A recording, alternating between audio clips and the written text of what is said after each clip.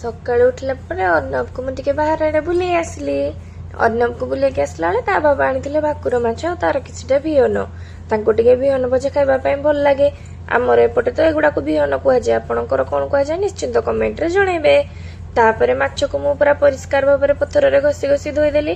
ମାଛଟା ଟିକେ ଆଇଁଷିଆ ଜିନିଷ ନା, ତାକୁ ଟିକେ ଭଲସେ ନ ଧୋଇଲେ ଭଲ ଲାଗିବନି। ତାପରେ ଘରକୁ ଆଣିକି ତାକୁ ଲୁଣ ହଳଦୀ ଦେଇକି ନର୍ମାଲ ଯେମିତି ଆମର ମାଛ ଭାଜନ୍ତି ସେମିତି ତାକୁ ପ୍ରୋସେସରେ ଭାଜିଦେଲି। ଫାଷ୍ଟ ଟିକେ ମାଛ ବିହନଟାକୁ ହିଁ ଭାଜିଦେଲି, କାରଣ ଅର୍ଣ୍ଣବ ମାଛ ବିହନଟା ଖାଇବା ପାଇଁ ପସନ୍ଦ କରେ। ମାଛ ବିହନ ଭାଜି ସାରିଲା ପରେ ତାକୁ ଟିକେ ମୁଁ ଗରମ ଗରମ ଛୋଟ ଛୋଟ ପିସ୍ ଖୁଆଇଦେଲି। ସେ ମାଛ ବିହନ ଖାଇକି ପୁରା ଟିକେ ଟିକେ ସ୍ମାଇଲ କରିଦେଲା। ଆଉ ଦେଖୁନାହାନ୍ତି କେମିତି ଚୁପ ଚୁପ ଚୁପ ଚୁପ ହସୁଛି। ହସିଦେଲା ତ ଆଉ ଅର୍ଣ୍ଣବ ବାବା ଆଉ। ତାପରେ ମୁଁ ଯାଇକି ରୋଷେଇ ଘରେ ମାଛ ଗୁଡାକୁ ଭାଜିଦେଲି। ଆଉ ଗୋଟେ ପଟେ ମସଲାକୁ କଷିକି ବି ବସେଇଦେଲି, କାରଣ କମ ଟାଇମରେ ମୋର ରୋଷେଇ ସରିଯିବ।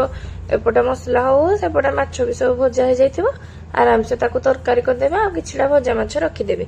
ଆପଣଙ୍କର ଆଜି ଫ୍ରାଇଡେରେ କଣ ରେସିପି ସବୁ ହେଇଛି ନିଶ୍ଚିନ୍ତ କମେଣ୍ଟ କରିକି ଜଣେଇବେ।